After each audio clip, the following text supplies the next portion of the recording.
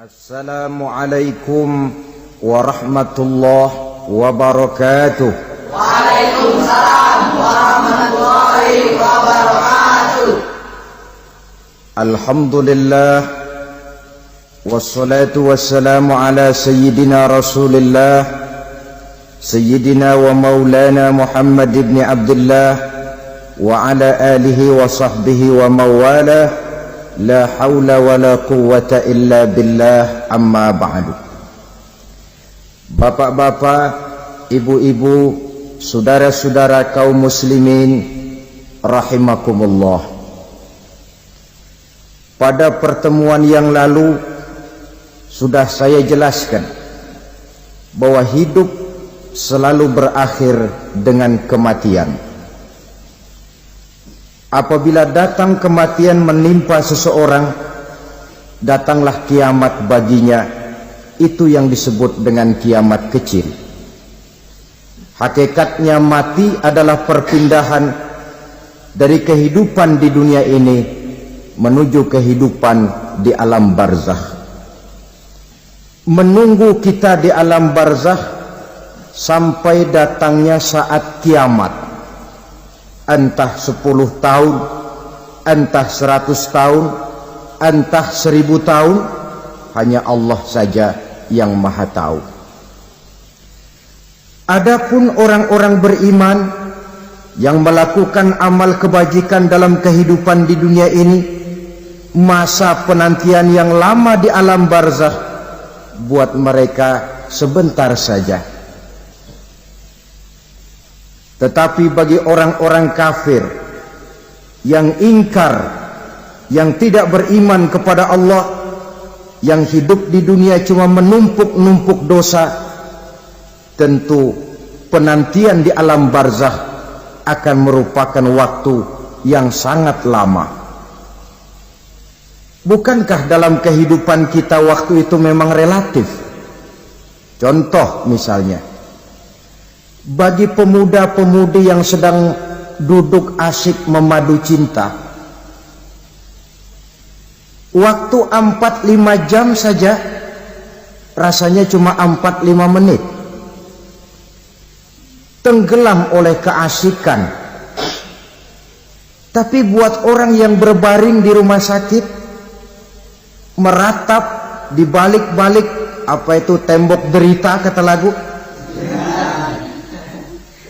di balik dinding-dinding penjara, sehari bagai seminggu, seminggu rasa sebulan, sebulan boleh jadi rasa setahun. Penantian yang sangat lama. Kapan kiamat itu akan datang? Ini rahasia Allah. Jangankan kita yang orang awam, baginda Nabi sendiri tidak diberitahu oleh Allah kapan kiamat itu akan terjadi. Tetapi sungguh pun demikian, banyak hadis-hadis yang menjelaskan ciri atau tanda-tanda datangnya kiamat. Nah, kalau sudah bicara soal tanda kiamat itu ada dua. Pertama yang disebut alamatus sughra, tanda-tanda kecil. Ini waktunya masih ada tenggang. Ada yang dinamakan alamatul kubra, tanda-tanda besar. Artinya kiamat sudah diambang pintu. Apa tanda-tanda kecil dari datangnya hari kiamat itu?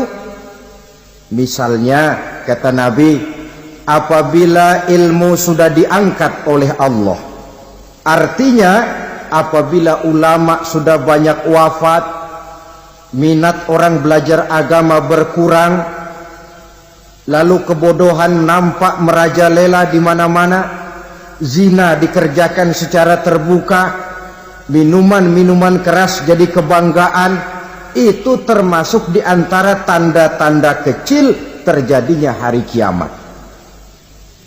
Apalagi misalnya iza waladatil ammatu rabbataha, apabila budak sudah melahirkan tuan, Apa maksudnya? Ada yang mentafsirkan apabila anak sudah bisa membudaki orang tuanya.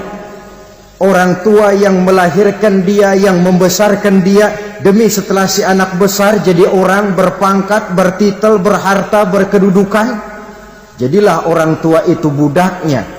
Sehingga sering dibilang kalau orang tua kaya, anak jadi raja. Tapi kalau anak yang kaya, orang tua sering jadi budak.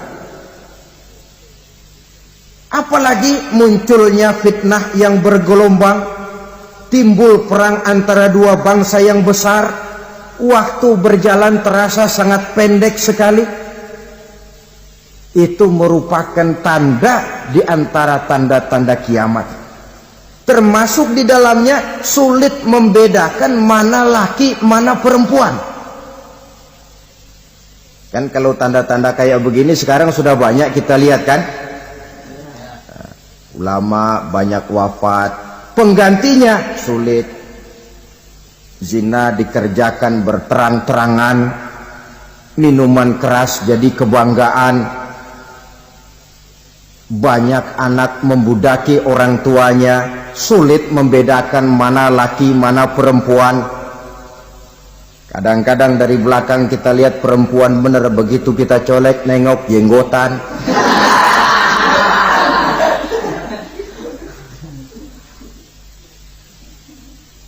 Ini termasuk tanda-tanda kecil, masih ada tenggang sampai akan terjadinya kiamat itu. Nah, yang dimaksud dengan tanda-tanda besar, ini tanda besar artinya kiamat sudah di ambang pintu. Pertama, matahari terbit dari sebelah barat. Apabila matahari sudah terbit dari arah sebelah barat, tertutuplah sudah pintu taubat. Bersabda Nabi kita, la taqumus sa'atu hatta tatlu'a syamsu min maghribiha. Tidak akan datang hari kiamat sampai matahari terbit dari arah sebelah barat. Fa iza tala'at, manakala matahari telah terbit dari arah sebelah barat, wara'ahan nasu, manusia banyak menyaksikan itu, amanu ajma'un, mereka pun lalu beriman. Yang tadinya kafir, yang tadinya ingkar, yang tadinya membangkang, setelah melihat matahari terbit dari sebelah barat, buru-buru beriman, berlomba-lomba mengucap dua kalimat syahadat. Tapi apa yang terjadi? Kata Nabi, wadzalika hina la yanfa'u nafsan imanuha lam takun amanat min qabl. Hari itu adalah hari yang iman sudah tidak berguna lagi bagi seseorang apabila sebelumnya memang dia tidak pernah beriman. Au kasabat fi imaniha khaira, atau beriman tetapi tidak pernah melakukan kebajikan di dalam keimanannya itu. Hari yang sudah kasib, hari yang sudah terlambat, beriman tidak akan ada gunanya lagi. Ini pelajaran buat kita.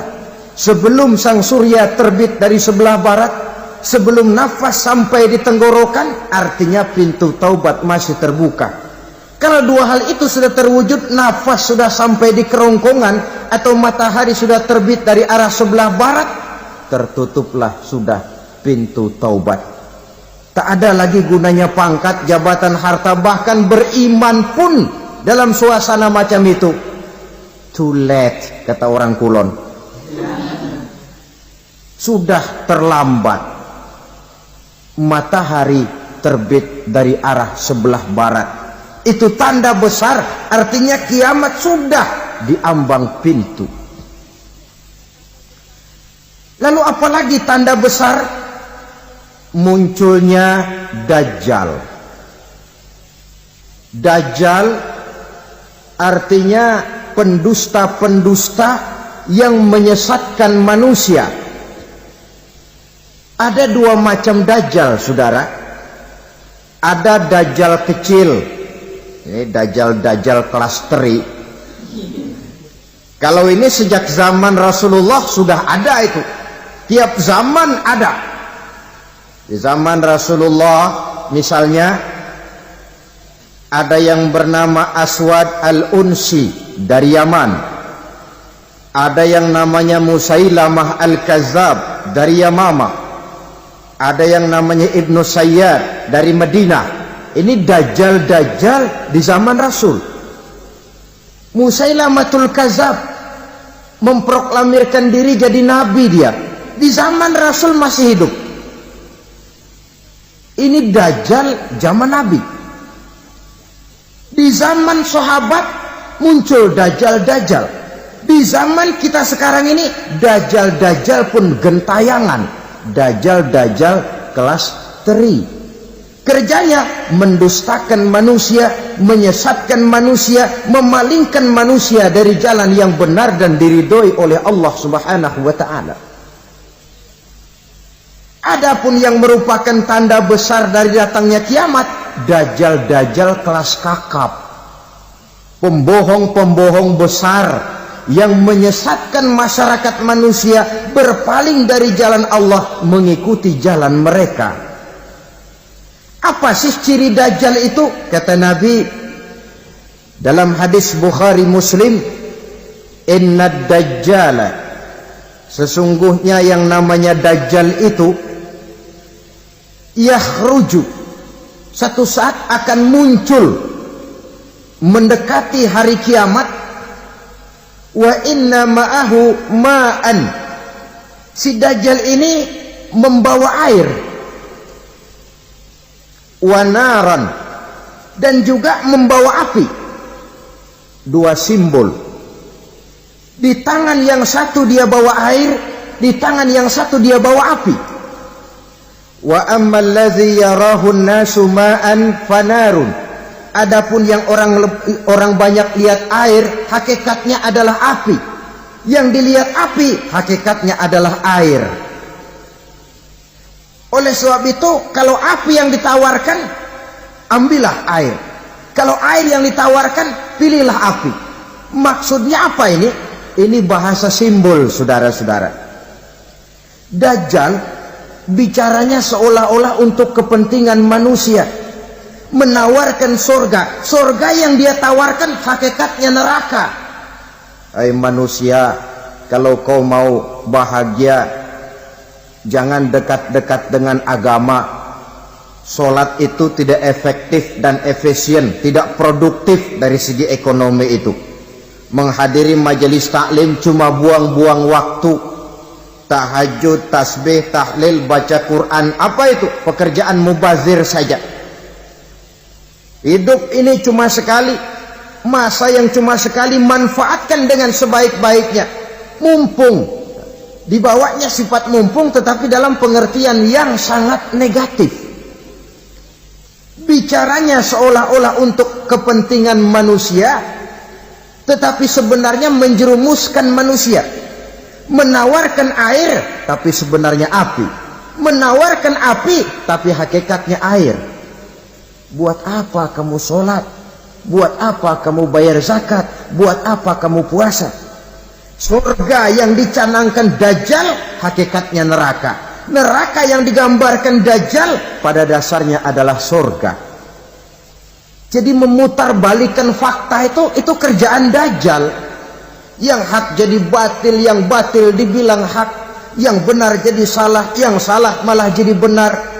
Tuntunan disuruh jadi tontonan, tontonan malah menjadi tuntunan. Itu pekerjaan dajjal profesinya. Zamannya Nabi Adam, dajjalnya kan iblis. Betul? Betul. Apa sih rayuan iblis itu? Allah setelah menciptakan Nabi Adam kan bilang, Adam, kau dan istrimu Hawa tinggal di surga ini. Seluruh fasilitas yang ada di surga persilahkan kau nikmati. Satu yang tidak boleh, jangan coba-coba dekati pohon khuldi. Dekat saja jangan, apalagi sampai memetiknya. Datang dajjal yang namanya iblis ini. Adam, kamu tahu nggak kenapa tidak boleh makan buah khuldi?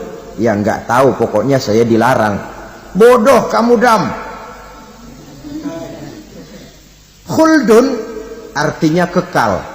Kalau kamu makan itu buah, kau akan kekal di surga buat selamanya. Allah tidak kepengen maka dilarang kamu makan buah khuldi. Kalau kau ingin kekal di surga Adam, makan saja. Saya bicara begini ini untuk kepentingan kamu Adam. Ini kan ciri-ciri Dajjal. Bicaranya sih seolah-olah untuk kepentingan Nabi Adam, hakikat sebenarnya menjerumuskan Nabi Adam supaya ingkar dan melanggar larangan dari Allah Subhanahu wa ta'ala. Jadi setelah muncul Dajjal, timbul kekacauan-kekacauan di masyarakat. Banyak yang terpengaruh, terpedaya dan terpesona. Termasuk mereka yang memproklamirkan diri jadi nabi, mereka yang memproklamirkan diri jadi rasul di zaman sesudah Rasulullah wafat, itu adalah Dajjal. Maka saya ingatkan, kalau di zaman kita sekarang ini ada orang ngaku jadi nabi, ada orang ngaku jadi rasul, biar bahasa Arabnya kental, Quran hafal, hadis ribuan hadis hafal, biar pakai serban sampai menyengser ke tanah, bahasa Arabnya fasih, tapi dia mengaku jadi nabi, jadi rasul, kita umat Islam wajib tidak percaya. Wajib untuk tidak percaya.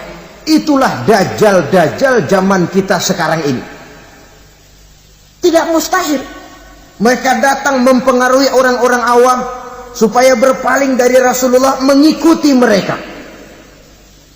Nah, di akhir zaman nanti, mendekati hari kiamat, Dajjal ini muncul. Dajjal kelas kakap, menyesatkan masyarakat manusia untuk berpaling dari Islam, mengikuti seruan mereka. Apalagi di antara datangnya kiamat itu, tanda yang besar itu, turunnya Nabiullah Isa Al-Masih, putra Maryam. Menurut berbagai hadis yang sahih, Nabi Isa Al-Masih nanti akan turun lagi. Tidak membawa risalah yang baru, tapi meluruskan risalah Islam ini yang telah banyak ditinggalkan oleh masyarakat. Bahkan ada hadis menjelaskan beliau akan membunuh Nabi, mematahkan kayu-kayu salib, lalu melaksanakan haji dan umrah mengikuti syariat Nabi Muhammad, bukan membawa agama baru. Menjadi semacam mujaddid, reformer, menyelamatkan manusia dari bisikan Dajjal. Bahkan ada riwayat yang menjelaskan bahwa Nabi Isa berhasil mengalahkan Dajjal, mengembalikan masyarakat manusia kembali kepada ajaran Islam yang datang dari Allah, dibawa oleh Rasulullah Sallallahu Alaihi Wasallam. Dengan kata lain, turunnya Nabi Isa bukan sebagai Nabi dan Rasul baru, tetapi mengikuti syariat Nabi kita Muhammad Sallallahu Alaihi Wasallam. Saudara hadirin, ibu-ibu hadirat yang saya hormati, kemudian apalagi di antara tanda-tanda besar akan datangnya kiamat itu? Keluarnya asap atau awan. Kata Nabi, inna min asrati sa'ah dukhanan yamla'u ma bainal masyriqi wal maghrib. Di antara tanda-tanda kiamat, munculnya awan atau asap yang memenuhi antara langit dan bumi. Ini pun diperkuat dalam surah Ad-Dukhan ayat 10. Fartaqib yauma ta'ti as-sama' bidukhanin mubin fayughshan nas hadza azabun alim. Bagi orang-orang yang beriman, mereka biasa-biasa saja. Tapi bagi orang kufur, datangnya asap dan awan ini merupakan azab yang kelewat pedih. Barangkali sedikit mendekati gambaran tentang azab yang pedih ini, saya ingatkan alam pikiran kita kepada peristiwa yang belum lama terjadi. Pernah dengar berita bocornya reaktor nuklir di Chernobyl, Uni Soviet? Pernah dengar? Nah. Bocornya reaktor nuklir di Chernobyl yang mengakibatkan ratusan bahkan sangat mungkin ribuan nyawa.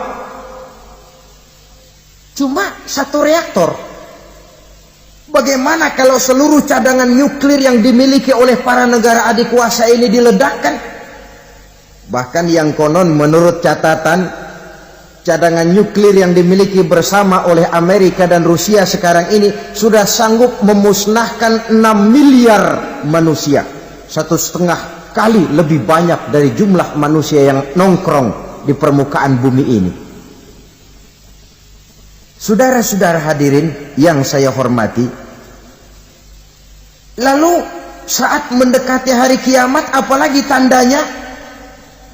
Setelah Nabi Isa wafat, pada saat turunnya yang kedua kali, lalu Allah meniupkan angin sejuk, semua orang-orang beriman, orang-orang baik wafat, sehingga penghuni bumi ini cuma tinggal lagi terdiri dari orang-orang kafir. Tidak ada lagi di bumi ini yang bisa mengucapkan Allah. Sehingga dalam hadis qudsi itu ada keterangan, innallaha azza wa jalla yaqulu li Israfil.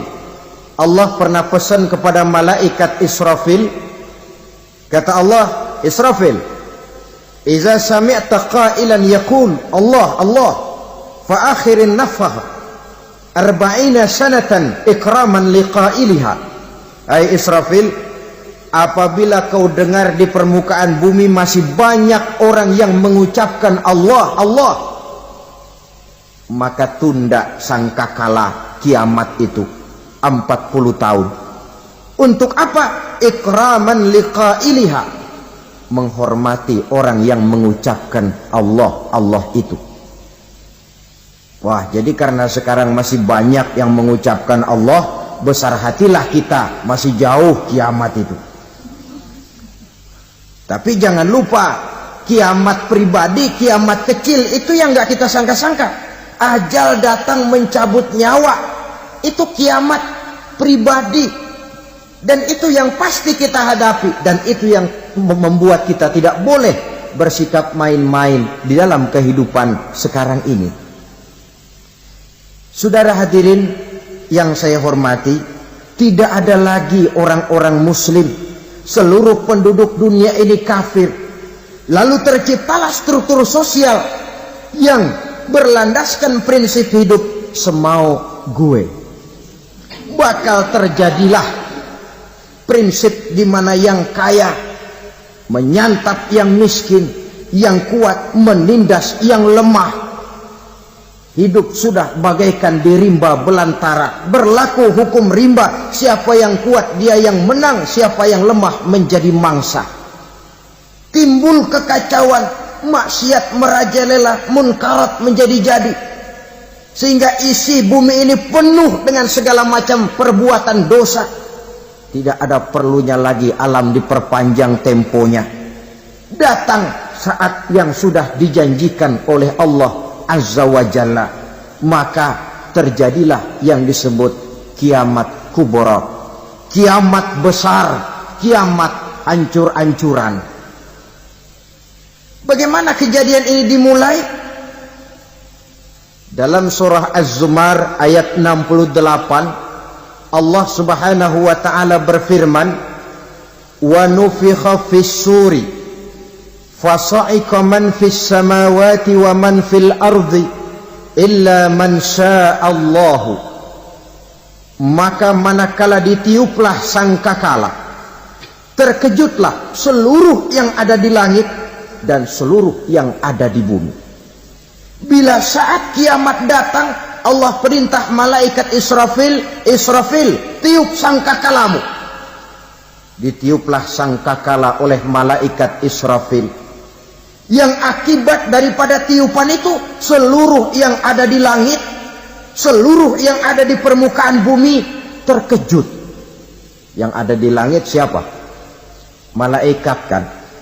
Bayangin aja kalau malaikat kaget, apalagi kita.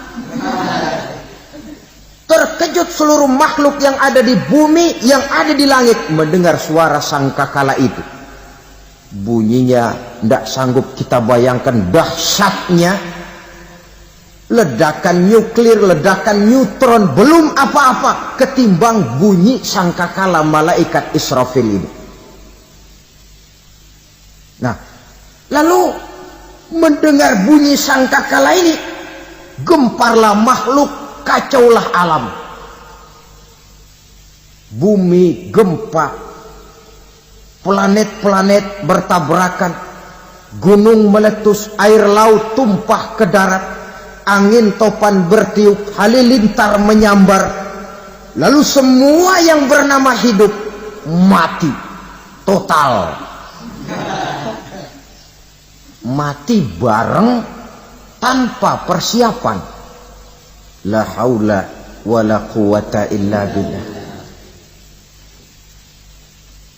Saya kadang-kadang dalam tafakur bermohon, ya Allah, mudah-mudahan saya enggak nemuin kiamat beneran.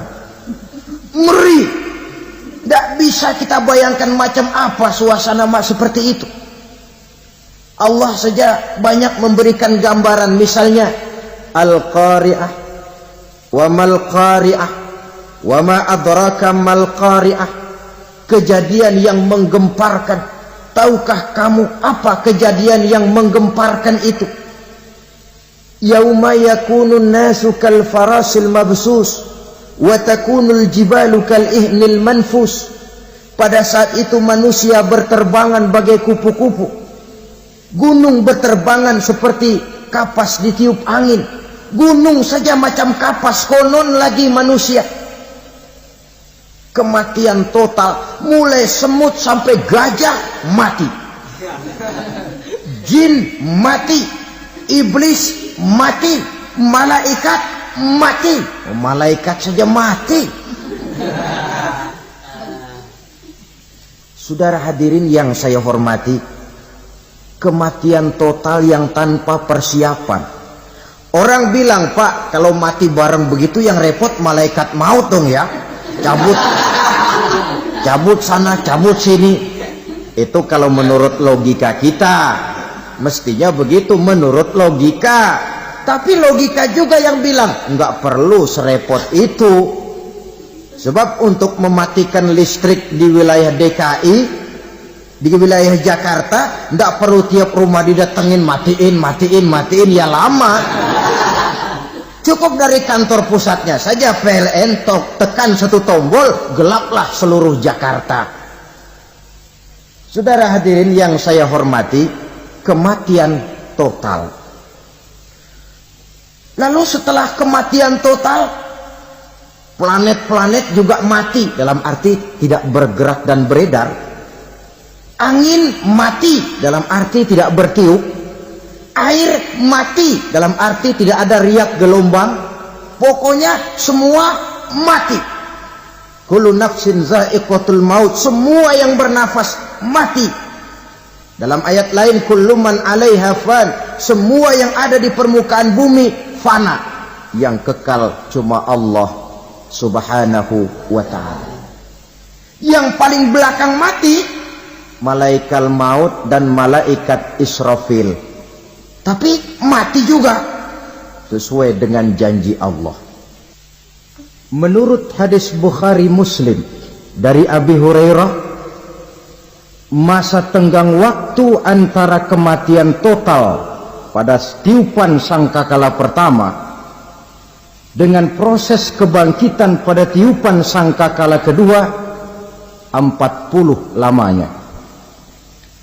Tidak dijelaskan oleh Abi Hurairah 40 jam, apa 40 hari, apa 40 tahun. Hadis-hadis cuma menyebutkan 40 saja. Sunyi alam, yang tinggal cuma Allah saja lagi. Ketika itu Allah berseru-seru, katanya, limanil mulkul yauma. Siapa para penguasa hari ini? Mana itu raja-raja dan penguasa yang dulu mengaku jadi Tuhan? Fir'aun. Mana Fir'aun sekarang? Yang dulu jadi raja, merasa berhasil, sombong, lalu tidak mau turun-turun dari kekuasaannya. sampai kepada puncak kekurang ajarannya mengangkat diri jadi Tuhan.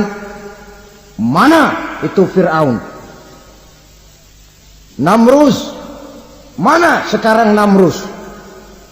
La ilaha illa ana. Ternyata tidak ada Tuhan lain selain daripada aku, kata Allah. Proses kemudian, saudara-saudara, turunlah hujan dari langit. 40 lamanya hujan itu. Tidak jelas juga 40 jam apa 40 hari. Setelah air turun membasahi, datanglah tiupan sangkakala yang kedua. Semua yang bernama mati bangkit dari kuburnya masing-masing. Ini yang disebut Yaumul Ba'thi, hari kebangkitan. Allahu Akbar. Pada saat kita bangkit dari kubur kita masing-masing, kumpul di padang mahsyar namanya. Bayangin aja, saya sendiri nggak sanggup bayangin. Manusia sejak zaman Adam sampai zaman kiamat kumpul bareng di tempat sama. Berapa banyaknya itu?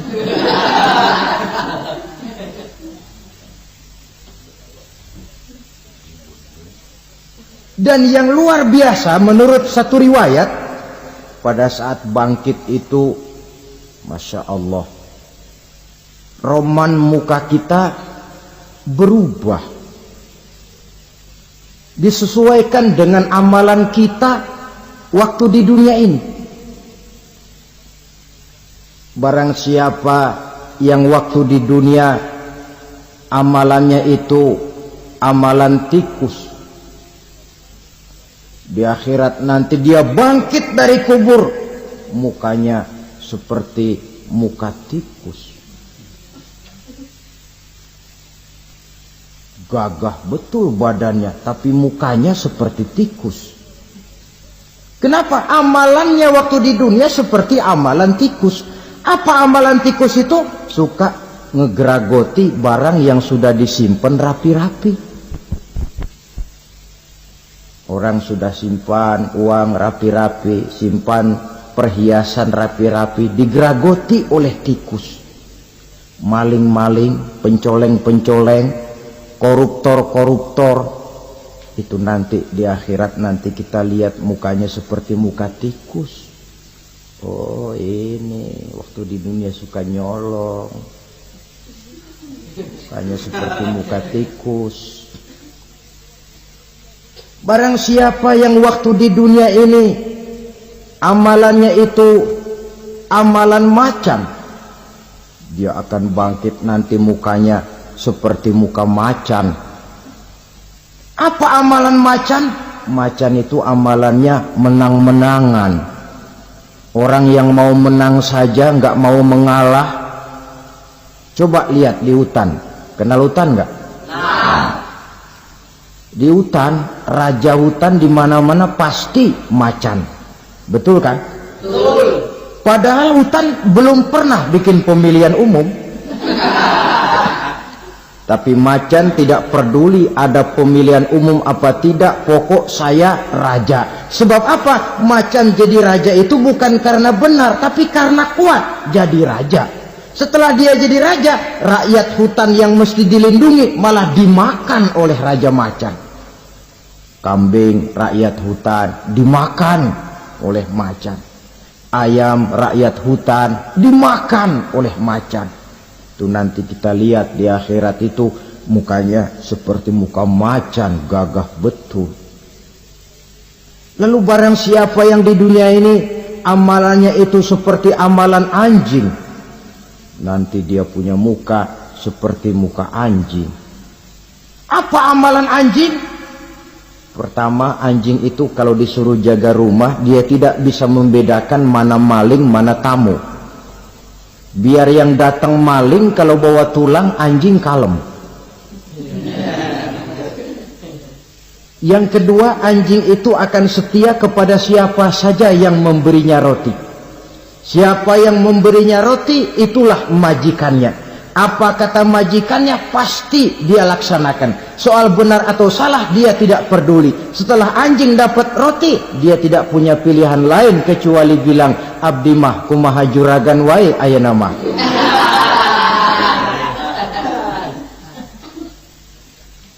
Saudara hadirin yang saya hormati, berkumpul di padang mahsyar, tiap orang sibuk dengan persoalannya masing-masing. Matahari waktu itu didekatkan oleh Allah, panas luar biasa.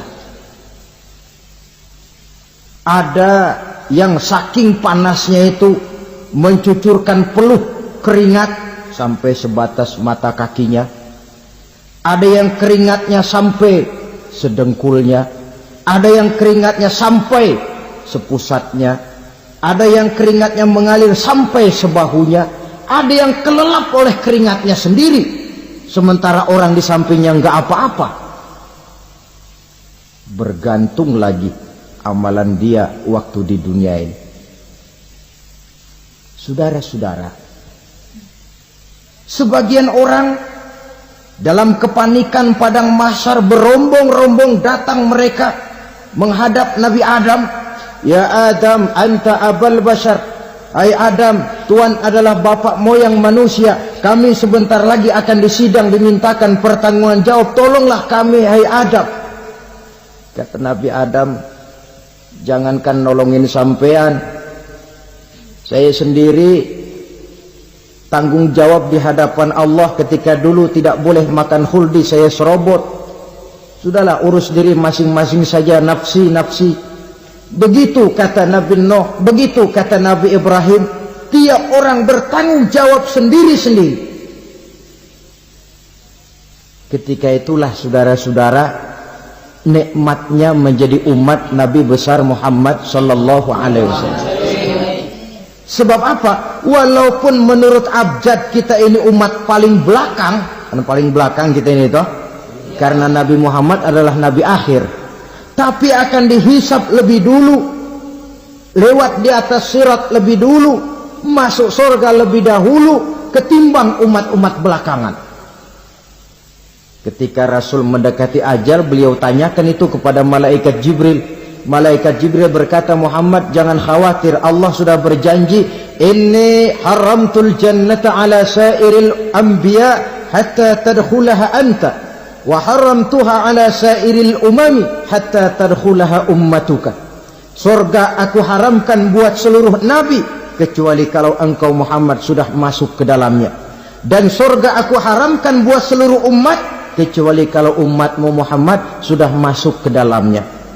Logikanya, walaupun menurut abjad kita umat paling belakang, bakal dihisap paling dulu, lewat di atas sirat paling dulu, masuk surga paling dulu, kalau mampir ke neraka juga paling dulu. Ya resiko. Jangan mau enaknya aja paling dulu. Saudara hadirin yang saya hormati, setelah masa kebangkitan itu jangan dikira begitu bangkit langsung diperiksa. Masih menunggu menanti ribuan tahun perhitungan padang mahsyar untuk sampai kepada proses yang disebut yaumul hisab, hari perhitungan. Seorang demi seorang bakal dipanggil. Bayangkan saja, kita se-RT saja di absen, kadang-kadang perlu waktu lama. Ini manusia sejak zaman Nabi Adam sampai datang hari kiamat, satu demi satu disidang di hadapan Qadhi Rabbul Jalil. Status sosial copot sudah waktu itu. Yang pernah jadi hartawan di situ tidak lagi kelihatan kehartawanannya. Yang pernah jadi jenderal tidak lagi dipanggil jenderalnya. Yang ustadz tidak lagi dipanggil al-mukarramnya. Seluruh status sosial selesai. Dipanggillah kita seorang demi seorang menghadap Qadhi Rabbul Jalil. Bagaimana proses penghisaban itu? Pertama, proses tanya jawab. Di antaranya ada hadis menyatakan, lan tazula qadama 'abdin yaumal qiyamah hatta yus'ala an arba'i khisalin. Besok di hari kiamat tidak akan bergeser telapak kaki seorang hamba sampai dia ditanya lebih dulu tentang 4 persoalan. Tentang ilmunya. Kemana ilmu itu diamalkan? Tentang umurnya. Di mana umur itu dihabiskan? Tentang masa mudanya. Kemana masa muda itu dipakai? Tentang hartanya. Dari mana harta itu didapat dan kemana harta itu dibelanjakan. Ini termasuk proses tanya jawab. Jadi kalau istilah pengadilan dunia, nama Fulan bin Fulan. Kamu waktu di dunia diberikan umur panjang untuk apa? Pernah mengalami masa muda, kemana kau habiskan masa remajamu? Kau diamanahkan ilmu, dengan apa ilmumu kau amalkan? Kau diberikan harta, dari mana harta kau dapat, kemana kau belanjakan? Tak seorang pun yang bisa mungkir. Sebab apa? Dikala itu yang menjadi saksi bukan orang. Yang menjadi saksi adalah seluruh anggota badan kita. Tangan bicara, kaki jadi saksi terhadap seluruh amalan yang pernah kita kerjakan pada saat kehidupan di alam dunia ini. Selesai proses tanya jawab, lalu diperlihatkan buku catatan kita waktu hidup di dunia ini. Jangan lupa Allah itu menyiapkan 2 superkomputer kepada kita. Sebelah ditempelin sebelah kanan, yang sebelah tempelin di sebelah kiri. Komputer itu namanya Raqib dan Atid. 2 malaikat yang apabila baik kita lakukan, refleks saja akan menulis kebajikan kita.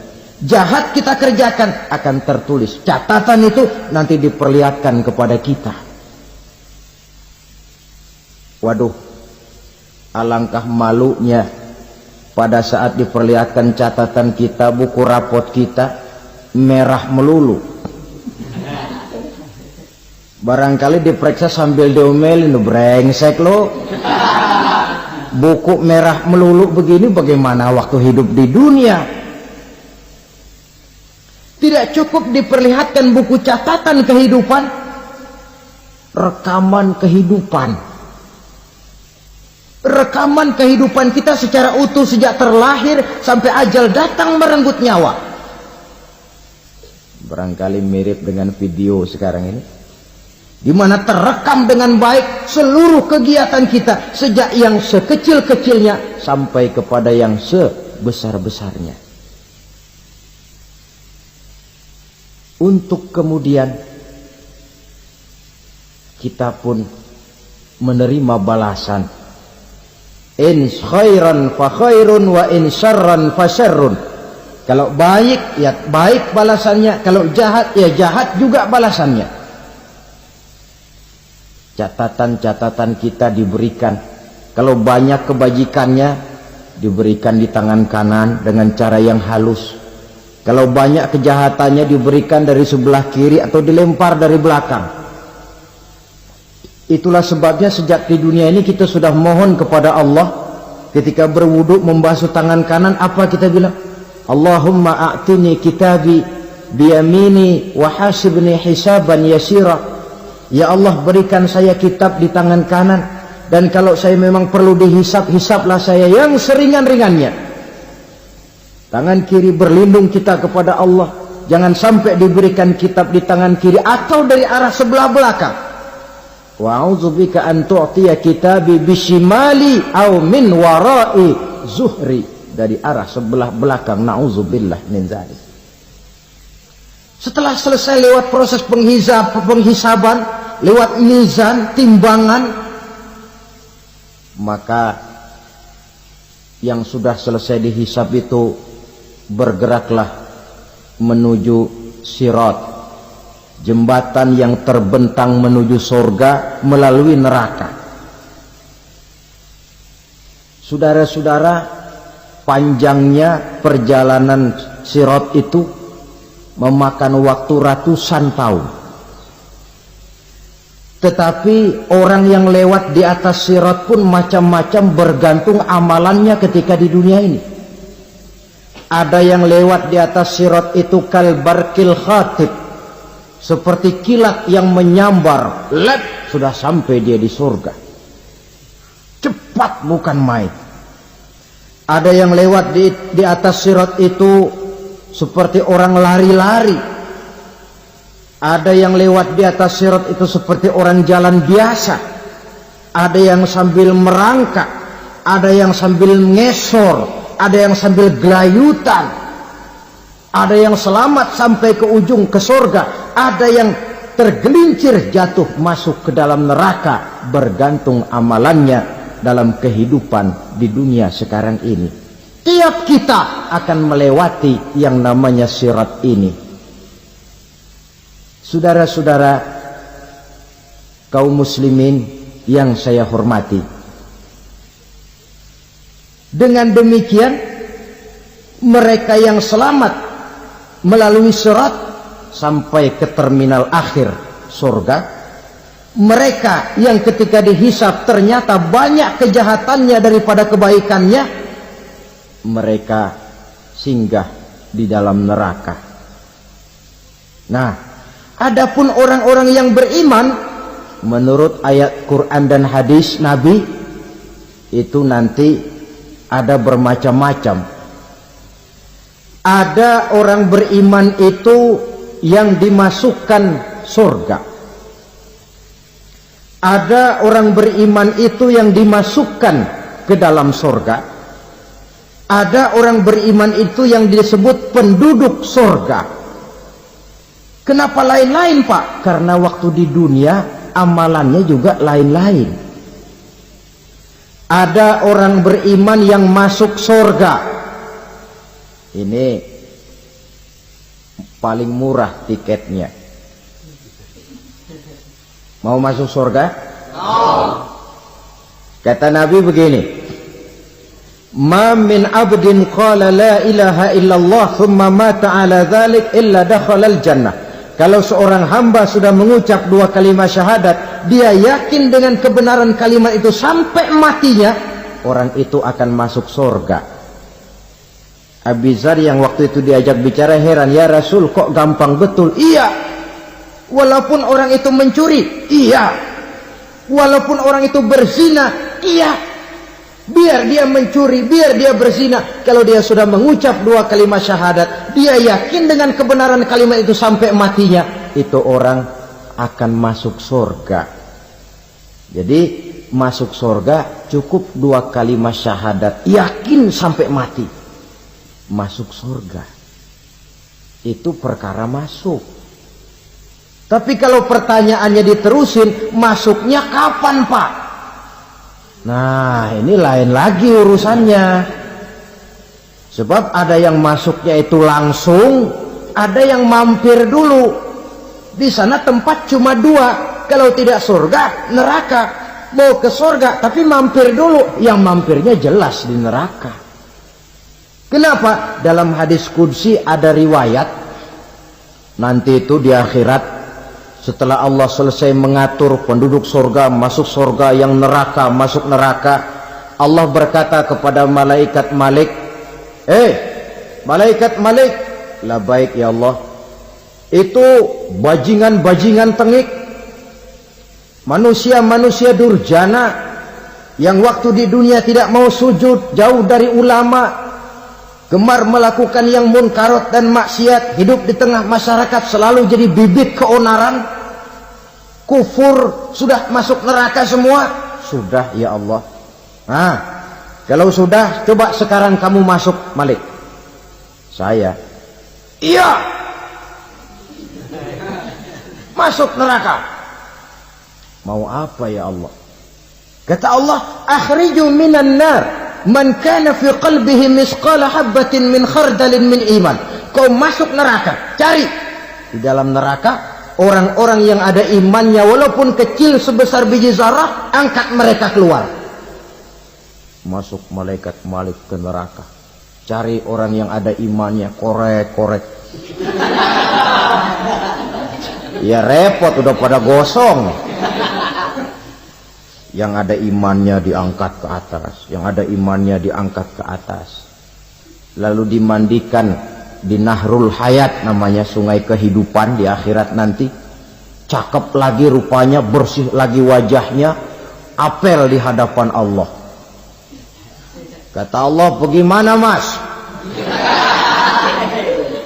Kapok nggak sampean? Kapok ya Allah. Nah, kalau kapok, idhab fadkhulil jannah. Pergi, masuk surga sana. Berangkat mereka ke surga. Ketemu sama teman-temannya yang udah sampai lebih dulu. Yang nggak pakai mampir lagi. Terjadi dialog. Kata teman-temannya yang udah pada nyampe duluan, mas, iya. Emang baru sampai? Saya baru sampai. Memang mampir di mana dulu mas? Kita sudah lama sampai di surga. Saudara buka surah Al-Muddathir ayat 34-35. Ma salakakum fis saqar? Kenapa kamu mampir di neraka Saqar? Qalu lam nakum minal musallin. Mereka menjawab, kami mampir di neraka Saqar mas, gara-gara dulunya kami waktu di dunia ndak pernah sholat. Ndak pernah sholat? Ndak pernah. Karena rumahnya dekat masjid. Cuma dekat doang mas. Sholat mah enggak saya. Enggak pernah ngasih makan fakir miskin. Enggak pernah hadir di majelis taklim. Pendeknya enggak pernah melakukan kebajikan. Maka saya pun mampir di neraka Saqar. Untung betul saya punya iman mas, sedikit. Waktu hidup di dunia dulu saya pernah mengucap 2 kalimat syahadat. Sekali-kalinya waktu mau kawin. Masya Allah. Untung saja kawin. Kalau nggak kawin polos.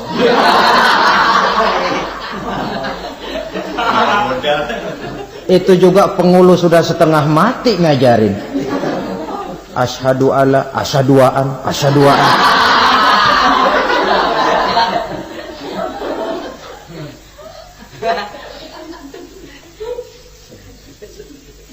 Ini namanya masuk surga, ada mampir dulu. Ada pula orang mukmin itu yang dimasukkan surga. Namanya dimasukkan kan terima beres. Saya masuk ke rumah, jalan sendiri, cari tempat sendiri. Saya dimasukkan ke dalam rumah, terima beres. Pokok ada di dalam, itu dimasukkan namanya. Nggak pakai mampir. Tapi tentu tiketnya lebih mahal ketimbang yang pertama tadi. Apa kata Allah?